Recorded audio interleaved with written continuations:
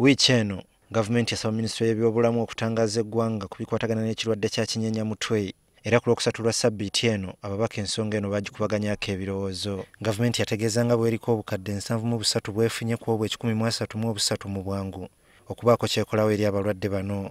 Ababaka era bakkiriza wasabweyo ensimbi ez'ennyongereza oba supplementary budget okuyamba abantu bo mu mambuka ga Uganda. Amyuka sipiika olunaku lw'eggulo yayise olukiiko lwa palamenti olw'enjawulo ababaka basobole okumanya wa gavumenti weetuuse ku bweyamo bwe yakoze. Wabula ababaka ekibajja enviiri ku mutwe y'ebbaluwa evuddewo omuwandiisi ow'enkalakkalira mu minisitule y'ebyobulamu Dr. Diana Atwine ng'ategeeza ng'ensonga y'ekirwadde kya kinyenyamutwe bw'ejja okukolwako mwaka gw'ebyensimbi ogujja so si guno ng'ababaka bwe babadde basuubira. Y'omumyuka wa sipiika Jacob Oulanyah embeera eno emutabudde era Olutuula kumpi lumaze eddakiika 10 n'aluggalawo okutuusa nga 27 omwezi guno.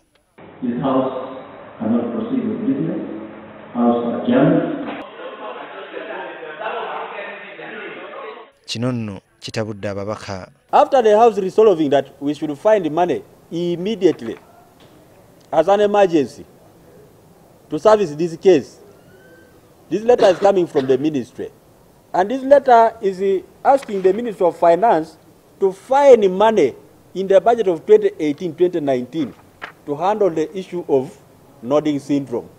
But it does not talk about emergency. We have just passed a supplementary here. Billions of shillings. Why can't we get this money to help these children? If this was happening in another place, possibly it would be a different case. Ababaka bakiikidde abakulu mu minisitule y'ebyobulamu ensingo olwaki bayise okwesuulirayo ogwa naggamba. Are you postponing treatment? I wish the disease would actually fly all the way from northern Uganda and it goes to these people's families and those people's clans. Then they see the truth of the matter. Minister, Negundi Permanent Secretary Accounting Officer, Ministry of Health. A center with Minister of Finance asazeewo watu we sente.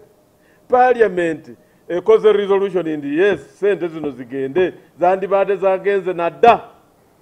Gwani otatuukiriza kino finance ne parliament kyesazeewo. Era balaze okunyolwa olw'obwangu obukozesebwa ku nsonga z'ebyobufuzi bw'ogeraageranya n'ezo eziruma bannansi.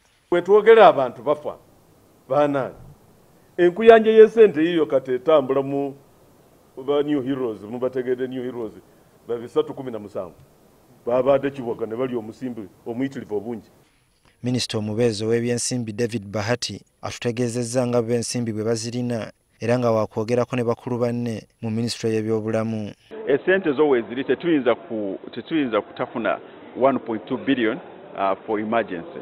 Esente ziri.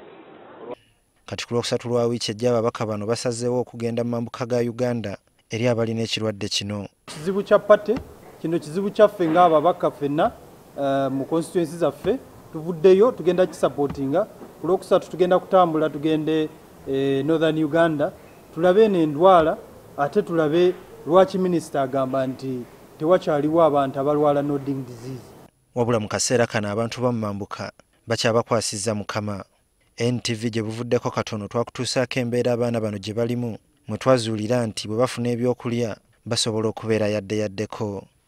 Abakari Muhammad Ziraba Muzaale, NTV ku ssaawa emu.